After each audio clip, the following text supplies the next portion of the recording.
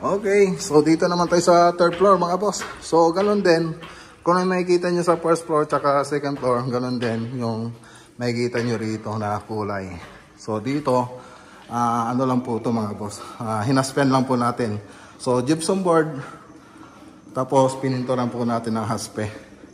So tricolor din po yung mga ilaw na ito, blue, warm white tsaka violet. So ayun, makikita nyo violet siya. So may airdrop light pa po yan. Tapos may ano pa yan mga boss, bar counter. May kita nyo po dun sa 3D animation po natin sa part 1 ng video natin. So may toilet and bath din dito mga boss. Yan. So nakapag tiles na po tayo rito mga boss. Ay yung mga ano pala dito, yung mga nagtrabaho. So hindi pa pala kami nag-tiles dito, yung mga taga rito po.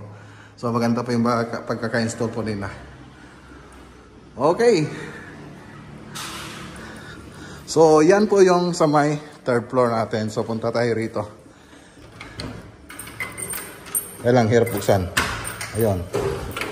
Ayun. Nakita po natin dito sa my side. Ayan po yung bahay mga boss. Nasa roof deck po tayo. Nakakahingal. Okay, so kita-kita po tayo sa next video dito mga boss. Magandang araw po sa inyo lahat at God bless.